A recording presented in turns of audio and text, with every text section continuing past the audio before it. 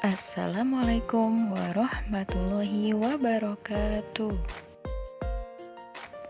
Apa kabar anak-anak hebat? Mudah-mudahan anak-anak semua dalam keadaan sehat dan semangat. Pada pagi hari ini, Ustazah akan bercerita tentang larangan sombong. Kisah pemilik dua kebun yang sombong. Kisah ini disebutkan di Al-Quran, Surat Al-Kahfi ayat 32 hingga ayat 44. Kisah ini menceritakan tentang pemilik kebun yang dibutakan oleh kenikmatan dunia sampai mengingkari hari kiamat. Allah memberikan pelajaran bagi kita melalui kisah ini tentang akibat seseorang yang sombong dengan menimpakan musibah berupa angin topan yang dahsyat menghancurkan perkebunannya. Pada suatu masa, ada dua orang laki-laki yang bersahabat sejak kecil. Walaupun bersahabat, keduanya memiliki kehidupan yang berbeda. Salah satu dari mereka adalah pemilik perkebunan atau si kaya, dan satunya lagi hanya laki-laki biasa atau si miskin.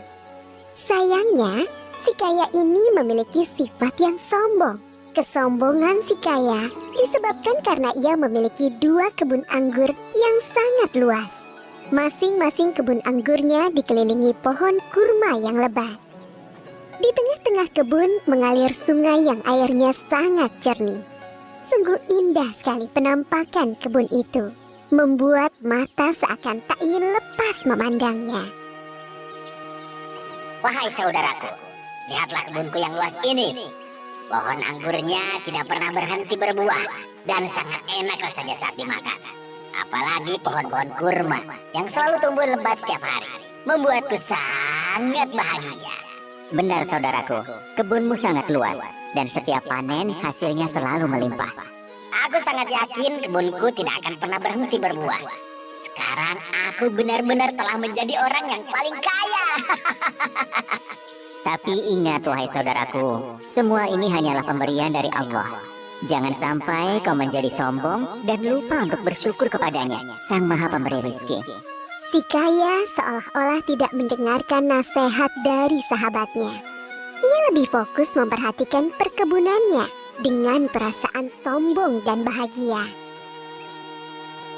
Keesokan harinya, si kaya pergi ke rumahnya dan melihat harta yang dikumpulkan dari penjualan hasil kebun. Ia pun berniat untuk mengumpulkan harta lebih banyak lagi. Kalau setiap minggu hasil panenku selalu bagus, aku yakin pasti hartaku tidak akan habis sampai berpuluh-puluh tahun lamanya. Setiap hari kebun anggur si kaya selalu tumbuh dengan baik dan subur. Hal itulah yang menjadikannya semakin bertambah kaya. Tidak ada sedikit pun niat untuk menyedekahkan harta kepada orang yang membutuhkan. Seiring dengan bertambah harta, bertambah pula kesombongannya. Suatu ketika, si miskin datang berkunjung untuk menasehatinya dengan bahasa yang halus. Tetapi si kaya merespon dengan kata-kata yang menyakitinya. Aku tahu kau iri dengan kehidupanku.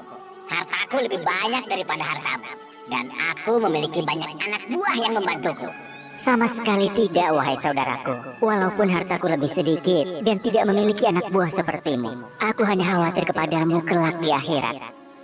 Aku kira hari kiamat tidak akan pernah terjadi. Seandainya aku mati suatu saat nanti, pasti Allah menempatkanku di tempat yang jauh lebih baik dari kehidupanku sekarang. Jadi, sekarang kau mengingkari adanya hari kiamat. Apakah kau juga mengingkari Tuhan yang telah menciptakanmu begitu sempurna? Benar-benar kau telah dibutakan oleh semua kemewahan dunia ini, saudaraku. Sudahlah, diam saja. Aku tidak akan mendengarkan nasihatmu lagi. Tidakkah kau lupa mengucap Masya Allah, la haula wa la quwata illa billah saat memasuki kebunmu? Ucapan itu adalah salah satu ungkapan syukur kepada Allah atas semua kenikmatan ini. Segeralah bertaubat kepada Allah sebelum semuanya terlambat. Si kaya tetap tidak mau mendengarkan nasihat si miskin. Ia mengusir si miskin karena merasa sahabatnya terlalu iri dengan semua harta yang dimilikinya. Setelah kepulangan si miskin, si kaya tidak berhenti untuk memamerkan hasil kebunnya kepada orang-orang di sekitarnya. ia menjadi sangat sombong dan angkuh dari sebelumnya. Malam itu, hujan turun dengan sangat deras. Suara petir menggelegar di langit. Anehnya, si Kaya sama sekali tidak terbangun dengan suara itu. Ia malah asik tertidur. Seperti yang disebutkan dalam surat Al-Kahfi ayat 40. Dan dia Allah mengirimkan petir dari langit ke kebunmu, sehingga kebun itu menjadi tanah yang licin. Keesokan harinya, si Kaya bangun dari tidurnya dengan puing-puing rumah yang hancur dan hartanya lenyap tak bersisa. Kemudian ia teringat akan kebunnya dan bergegas pergi ke sana. Sampai di kebun, ia tidak mendapatkan apa-apa selain kebun yang hancur hampir rata dengan tanah. Si Kaya mulai menyesali kesombongannya selama ini. Ya Allah, kenapa semua ini bisa terjadi? Sekiranya dari dulu aku tidak pernah mengingkari nikmat-Mu dan mendengarkan nasihat sahabatku, pasti Engkau tidak akan menimpakan musibah ini. Sungguh hamba menyesal atas apa yang telah hamba perbuat, ya Allah. Penyesalan itu sudah tidak berguna. Semuanya sudah terlambat. Seperti yang disebutkan dalam surat Al-Kahfi ayat 43. Dan tidak ada lagi baginya segolongan pun yang dapat menolongnya selain Allah, dan dia pun tidak dapat membela dirinya. Demikian akhir dari kisah pemilik kebun yang sombong. Anak-anak semua, dari cerita tersebut dapat kita ambil hikmah yang dapat diperoleh.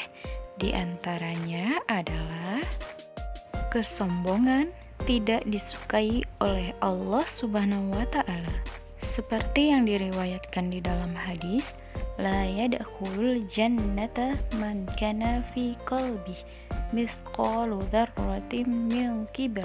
Artinya, tidak akan masuk surga seseorang yang di dalam hatinya terdapat kesombongan seumpama biji sawi. Hadis riwayat Muslim. Selanjutnya, orang sombong tidak akan disukai oleh orang di sekitarnya, karena ketika berbicara, orang sombong ini selalu membanggakan dirinya sendiri untuk memperoleh pujian di sekitarnya. Anak solih solihah selanjutnya adalah kesombongan menghilangkan amal solih kita. Seperti yang diriwayatkan di dalam hadis yang artinya, adapun amal-amal yang membinasakan adalah berperilaku kikir, mengikuti hawa nafsu, dan membanggakan diri atau sombong. Hadis riwayat Tabrani. Sekian materi yang dapat Ustazah sampaikan. Mudah-mudahan bermanfaat dan mudah-mudahan juga kita termasuk orang-orang yang rendah hati, tidak sombong. Tetap semangat untuk anak-anak semua. Ustazah Hiri, wassalamualaikum warahmatullahi wabarakatuh.